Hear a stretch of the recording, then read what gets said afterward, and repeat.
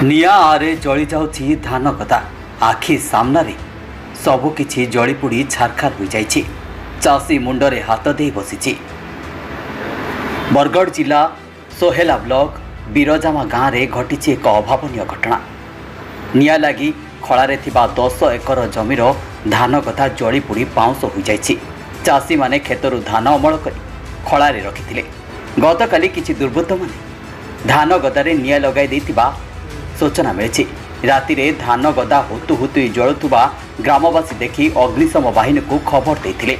अग्निशम बाहिनी पहुंची निआ को आयत्त करते। अग्निशम बाहिनी पहुंची निआ लिभाइबा बेलू सेते बेलू सबुकिछि छारखार हो जाइथिला। एबे मुंडरे हाथ दे बसिछि चाषी। आखिरु झराउछि धार धार लुह। वर्षक जाकर परिश्रम सबुकिछि छारखार हो जाइछि।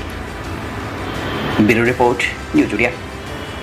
छाड़ी करे धान बुझ बोले दरबार नहीं पारे जे रे बुआ मते जा बोले इरा केदा हला डाटा को हमर धान कोरीटा ए बुआ बेल बुढ़े सबे गले आरीरा गेले चेन लागी केंदा कोला जे सब डाई छु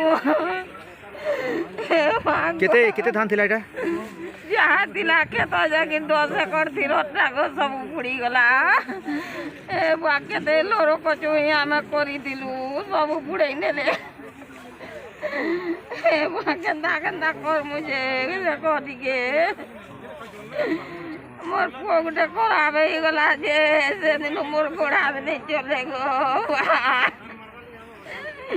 ए बुआ छुआ होना उसको डोल बुई बुई करी दे दिले रे बुआ। खबर कर देला।